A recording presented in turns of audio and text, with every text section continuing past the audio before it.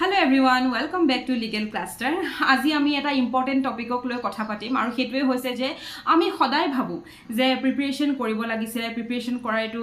এটা correct time হয় কৰিম কিন্তু সেই কৰিম তো যোৱা বছৰো ভাবিছিলো যে এই বছৰৰ জানুৱাৰী 1 তাৰিখৰ পৰা পঢ়িম এতিয়া এই বছৰ ভাবিছো যে অহা বছৰ জানুৱাৰী 1 তাৰিখৰ পৰা পঢ়িম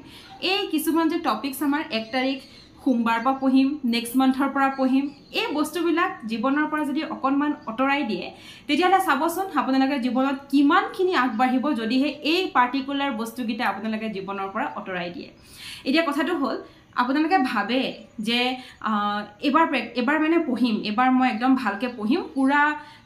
কিতাপ পত্ৰ একদম সেট কৰি ৰুমটো ধুনিয়াকে ৰাখি ৰেডি হৈ যায় কিন্তু কিবা নহয় কিবা এটা কাৰণত হে পঢ়াটো আগ নাবাহে বা আপোনালোকৰ দুদিনমান পঢ়ে তাৰ পিছতে লাহে লাহে হেতু বস্তুৰ ওপৰত মন নাইকিয়া হৈ যায় হেতু বস্তু আপোনালোকৰ কৰোবা যেন প্ৰিপাৰেচনটো স্লো হৈ গল লো হৈ গল তেনে ধৰণৰ আপোনালোকৰ হয় নেকি আৰু যদি তেনে ধৰণৰ হয় তেতিয়া হলে মাত্ৰ তাত এটাই কাৰণ হয় আপোনালোকে ভাবিব পাৰে যে এতিয়া মেডামে ক'ব টাইম মেনেজমেন্ট হেতু নহয় মেডামে ক'ব যে ইমান ইটোৰ পিছত হিতুকে বিপদ হেতু নহয় হেতুৱে হৈছে যে আপোনালোকে যেটো মেন্টাল সেটআপ সেই সেটআপটো আপোনাৰ কাৰেক্ট হোৱা নাই এগৰাকী মানুহৰ প্ৰিপাৰেচন কৰোতে মেন্টাল সেটআপ কেতিয়া কাৰেক্ট নহয় আৰু হেতু বস্তু কেনে ধৰণে সুধৰাব পাৰি আৰু সেইখিনি বস্তু বাদ দি নিজে কেনেকৈ আগুৱাই পেলাই প্ৰিপাৰেচন লেভেলত নিজক পুৰা ডেডিকেটলি দিব পাৰি সেইখিনিৰ ওপৰতে আজিৰ এই ভিডিওটোত আমি কথা পাতিম ভিডিওটো আৰম্ভণিতে কওঁ যে এটা ভাল নিউজ আছে আপোনালোকৰ বাবে অনলাইন গাইডেন্স প্ৰগ্ৰাম OGP বাই লিগেল ক্লাষ্টাৰ আমাৰ নতুন বেচ ষ্টাৰ্ট হৈ আছে আৰু সেই বেচটো ষ্টাৰ্ট হ'ব 16th অফ অগষ্টৰ পৰা যি সকলে এডমিশন ল'ব বিচাৰে সেই সকলে আমাক কন্টাক্ট কৰিব পাৰিব 8486211616 এই নম্বৰটোত আপোনালোকে WhatsAppত হাই আৰু তলত OGP লিখিব আমাৰ টিমৰ ফালৰ পৰা আপোনালোকক 24 to 48 আৱাৰ্ছৰ ভিতৰত কল কৰা যাব আৰু সেই কলত আপোনালোকৰ লগত আমি OGP ৰ কথা পাতিম আৰু যদি আপোনালোকে ইন্টাৰেষ্টেড হয় তেতিয়া হলে আপোনালোকে এডমিশন প্ৰসিডিউৰলে যাব পাৰিব এতিয়া হৈছে যে আমি OGP ৰ কথাটো আজি ইয়াত পাতিম আৰু লগতে আমি পাতিম যে আপোনালোকৰ যেটো বাধা বিঘিনি আহে বা সদায় কৰিম ভাবি প্ৰিপাৰেচন কৰিম ভাবি সেইটো বস্তু কিবা কাৰণত থাকি যায় সেই গুটেইখিনি টপিক আজিৰ এই ভিডিওটোত আমি উঠাই পেলাই পাতিম এতিয়া ফাৰ্স্ট কথা হ'ল আপোনালোকে ভাবে আজি প্ৰিপেয়াৰ কৰিম কাইলে মই ভালকে পঢ়িম কিন্তু কি জানি হেতু বস্তু আপোনালোকৰ নহয়গে এটা নোহোৱাৰ কাৰণটোৱে হৈছে যে আপোনালোকৰ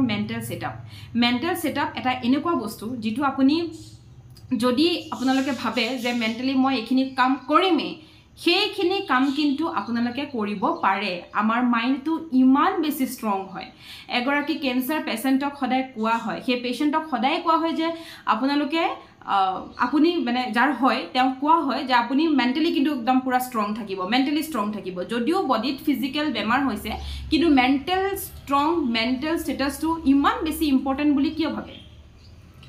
কাৰণ মেন্টাল ষ্টেটটো এনেকুৱা এটা বস্তু যি আপোনাক হয়তো ৰাখিব নহয় এৰিব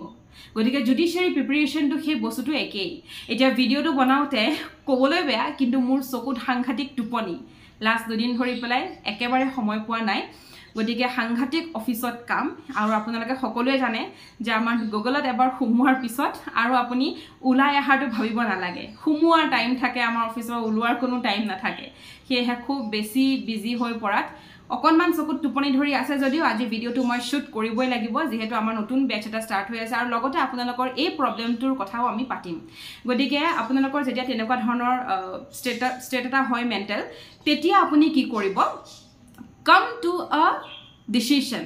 সদায় এটা ডিসিশন ধৰিব অকলহৰে এটা ৰুমত নিজকে কমপ্লিটলি এলন কৰি বন্ধ কৰি বহক আৰু বহি আপোনালোকে জীৱনটোৰ কথা দুটা তিনটা প্ৰশ্ন সোধক প্ৰথম প্ৰশ্নটো সোধক জুডিশিয়াৰী yes or no ডিসিশন প্ৰথম তাত ল'ব যে জুডিশিয়াৰী কৰিম নে নকৰিম যদি নকৰিম তেতিয়া হলে সকিখনৰ পৰা উঠি ৰুমটো খুলি বাহিৰ হক আৰু আৰামছে ধুনিয়াকে নিজৰ যি কৰ্ম কৰি আছিল হিয়া কৰক আৰু যদি আপোনাৰ আনসাৰটো yes যে হা কৰিম মই পঢ়িম মই ট্ৰাই কৰোঁছুন মই আগবাঢ়োছুন মোৰ ওচৰত সময় আছে মোৰ ওচৰত এভৰিথিং আছে মোৰ ঘৰৰ পৰা মোক সাপোৰ্ট কৰি আছে so let me go this way যদি আনসাৰটো yes হয় তেতিয়া হলে নেক্সট প্ৰশ্নটো খুধিব যে কেনেকৈ পঢ়িম নিজে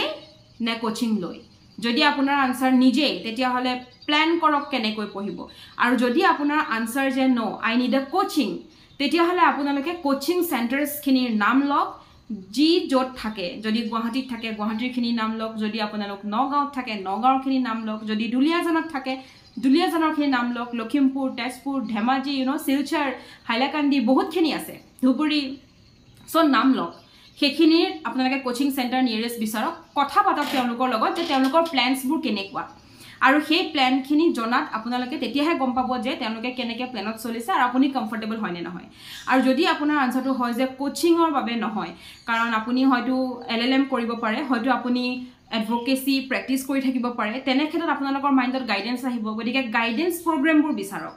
কোনোবাই গাইডেন্স প্ৰগ্ৰাম অসমত দিয়ে নেকি প্ৰথম চাওক অনলাইন অফলাইন সব চাওক লিগেল ক্লাষ্টাৰৰ এটা পাৰ্ট হয় গাইডেন্স প্ৰগ্ৰাম দিয়াত গতিকে কথা পাতক তেওঁলোকৰ বিষয়ে জানক হাউ দে কেৰি আজি এই ভিডিঅ'টোত মই সেইখিনি কথাও ক'ম যে আমি কেনেকৈ কেৰি কৰোঁ গতিকে গাইডেন্সৰ কথা পাতক গাইডেন্সৰ কথা পতাৰ পিছত আপোনালোকে নিজৰ এখন টাইম টেবল সেট কৰক যে মই ৰাতিপুৱা ইমান ঘণ্টা পঢ়িম আৰু ৰাতিলৈ মই ইমান ঘণ্টা পঢ়িম টোটেল এটলিষ্ট মই 10 পৰা 12 ঘণ্টা পঢ়িম যদিহে মই ঘৰত থাকো আৰু যদিহে মই ষ্টুডেন্ট বা যদি মই এডভোকেট হয় মই প্ৰেক্টিছ কৰি আছো তেতিয়াহ'লে এটলিষ্ট মই ৰাতিপুৱা 3 ঘণ্টা গধূলি 4 ঘণ্টা এটলিষ্ট মই সেইখিনি পঢ়িম এই হিচাপত নিজক আপুনি ডিভাইড কৰক সেগ্ৰিগেট কৰক যেনেকৈ আমি স্যালাৰি পোৱাৰ লগে লগে সেগ্ৰিগেট এইখিনি বস্তু আমি EMI কাটিব এইখিনি গাড়ীৰ নামত কাটিলে এইখিনি আমাৰ ফ্ল্যাটৰ লোন নামত কাটিছে এইখিনি অমুকত দিব লাগিব এইখিনি তমুকত দিব লাগিব এইখিনি গাখীৰৰ পইচা এইখিনি খানাৰ পইচা এইখিনি গাড়ীৰ তেলৰ কাৰণে পইচা হয় নে নহয় তেনেকৈ ঠিক আপুনি সেগ্ৰিগেট কৰিব লাগিব টাইম যে এইখিনি বস্তু আমি এনেকৈ পঢ়িম এনেকৈ কৰিব লাগিব মোৰ ডেইলি ৰুটিনটো এনেকুৱা হ'ব লাগিব আৰু সেইমতে আপুনি ষ্টাৰ্ট কৰক গাড়ীখন আপোনাৰ কিন্তু চলাব আপুনিয়ে কিন্তু তাত তেল আপুনি ভৰাব লাগিব আৰু সেই তেলখিনি হৈছে গাইডেন্স গতিকে গাইডেন্স প্ৰগ্ৰামে আপোনাক কেনেকৈ দিয়ে সেইটো আপুনি চাওক আৰু তাৰ পিছত আপুনি আগবাঢ়ক যিদিনাখন আপুনি গাইডেন্স প্ৰগ্ৰামৰ থ্ৰু দি বা নিজেই হ'লেও আপুনি পঢ়িব সেইদিনাখন আপুনি টেবুলখন সেট কৰক নিজৰ এটা ৰুম আপুনি সেট কৰক টেবুল সেট কৰক আৰু সেই টেবুলত যিদিনাখন আপা বহিব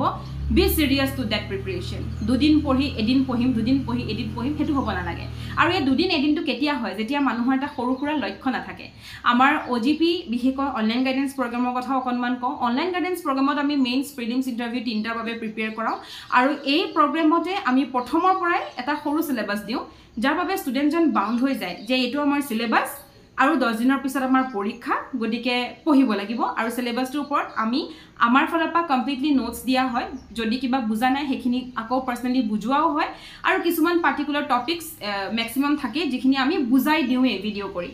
গতিকে সেইখিনি আমি শেয়াৰ কৰি দিওঁ আৰু এনেকুৱা কোনো টাইম নাথাকে যে এতিয়াই চাব লাগিব বা এতিয়াই ক্লাছটো কৰিব লাগিব আমাৰ ৰেকৰ্ডেড হয় আপোনালোকৰ ইচ্ছাত আপোনালোকে কৰিব লাগে জাস্ট আপোনালোকে পাৰ্টিকুলাৰ ডেটত এক্সাম দিব লাগে গতিকে এক্সামৰ বাবে আপোনালোকে প্ৰথম দিনাখনৰ পৰা সাজু হ'ব যে মেডামে এক্সাম পাতিছে এক্সাম হ'ব এইখিনি টপিক হয় এইখিনি পঢ়িব লাগিব গতিকে প্ৰথম দিনাখনৰ পৰা আপুনি টেবুলত বহিবলৈ বাউণ্ড সেয়েহে নিজেই যদি আপুনি পঢ়িছে সৰু সুৰা সিলেবাছ লৈ লওক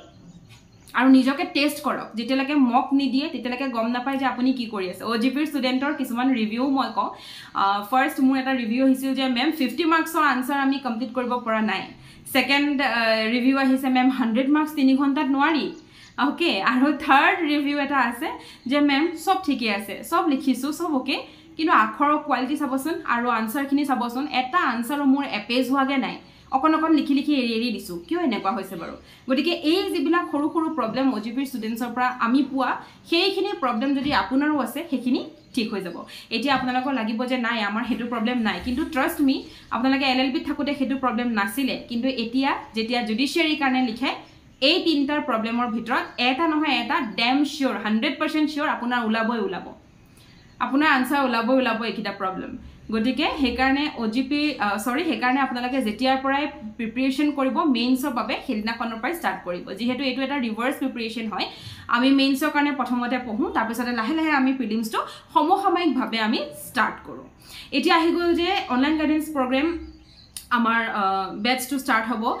16th of Augustৰ পৰা আৰু 16 Augustৰ পৰা আমি ষ্টাৰ্ট কৰি আছোঁ যিটো নতুন বেটচ তাতে বহুত সিলেক্টিভলি মই ষ্টুডেণ্টছ ৰাখিম কাৰণ আপোনালোকে যেতিয়া এনকুৱাইৰি কৰিবৰ বাবে আপোনালোকে 8486211616 এই কণ্টেক্ট নম্বৰটোত আপোনালোকে হোৱাটছআপ কৰিব হাই OGP লিখি পঠিয়াব আমাৰ টিম মেম্বাৰ ফালৰ পৰা আপোনালোকক 24 to 48 আৱাৰ্ছৰ ভিতৰত আপোনালোকক কল কৰা হ'ব সেই কলৰ পিছতে যেতিয়া আমি ভাবোঁ যে এগৰাকী ষ্টুডেণ্ট ইজ তেওঁলোকে পাৰিব বা তেওঁলোকৰ কেপাচিটিটো আছে বা তেওঁলোকৰ মন আছে তেওঁলোকে কোনো ফ'ৰ্চত অহা নাই তেতিয়া আমি সেই গৰাকী ষ্টুডেণ্টক আমি ল'বলৈ ইচ্ছা কৰোঁ আৰু আমি অফাৰ কৰোঁ যে যদি আপোনালোকে ইণ্টাৰেষ্টেড ল'ব পাৰে কিন্তু তাতে কিছুমান কথা মই কওঁ মই এনেকুৱা OGP ষ্টুডেণ্টটো আগতে লৈ থৈছোঁ যাৰ কাৰণে মই হয়তো অকণমান কমফৰ্টনো মোৰ অকণমান কম হৈছে কাৰণ কিয় কিছুমান ষ্টুডেণ্টছ আহে দুমাহ এমাহ পঢ়ে তাৰপিছত লাহেকৈ তেওঁলোকৰ মনটো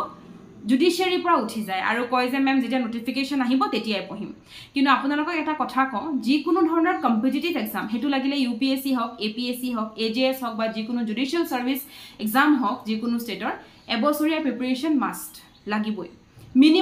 মিনিমাম এবছৰীয়া প্ৰিপেৰেশ্যন আপোনালোকক লাগিবই এনেকুৱা নহয় যে নটিফিকেশ্যন দিছে আজিৰ পৰা এমাহ পঢ়িম আৰু পাছ কৰিম তেনে হোৱাহেঁতেনতো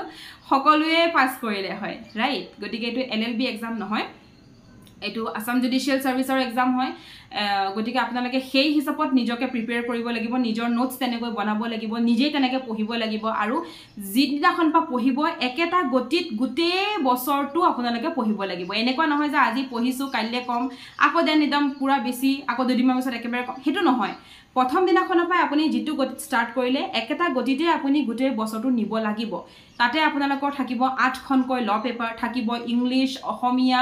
GK কাৰেণ্ট এফেয়াৰ্ছ বহুখিনি বস্তু আপোনালোকৰ তাত কভাৰ হ'ব গতিকে প্ৰত্যেকটো বস্তু আপোনালোকে প্ৰত্যেকটো বস্তুকে সমান সময় দি সমান গুৰুত্ব দি আপোনালোকে পঢ়িলেহে হয়তো আপোনালোকৰ এই এক্সামটো পাছ কৰাৰ চান্সেছ 99% থাকেগৈ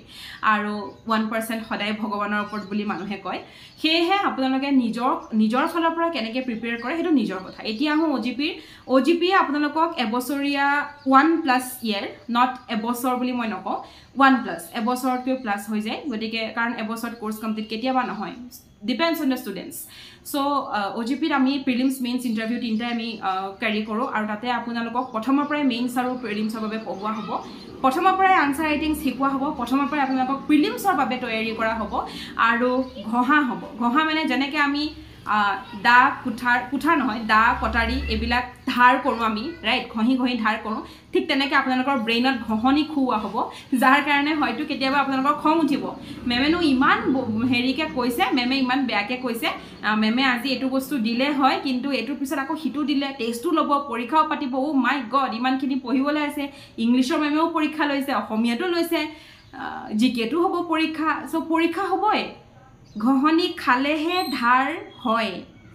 গতিকে ঘঁহনি খুৱাব লাগিব যিহেতু ব্ৰেইনটোতো আছে পঢ়িবলৈ ইচ্ছা আছে পঢ়িবলৈ পইচা আছে পঢ়িবলৈ কিতাপ আছে নাই মাত্ৰ গাইডেন্স যদি গাইডেন্স আপোনালোকৰ নাই আপোনালোকে গাইডেন্স এটা লোৱাটো ইম্পৰ্টেণ্ট হয় এইটো নহয় যে legal custody is the only source কিন্তু এইটো হয় যে যদি আপোনালোকক গাইডেন্স দৰকাৰ প্ৰপাৰ এজন গাইডৰ পৰা আপোনালোকে শিকক কেনেকৈ আনচাৰ লিখিব লাগে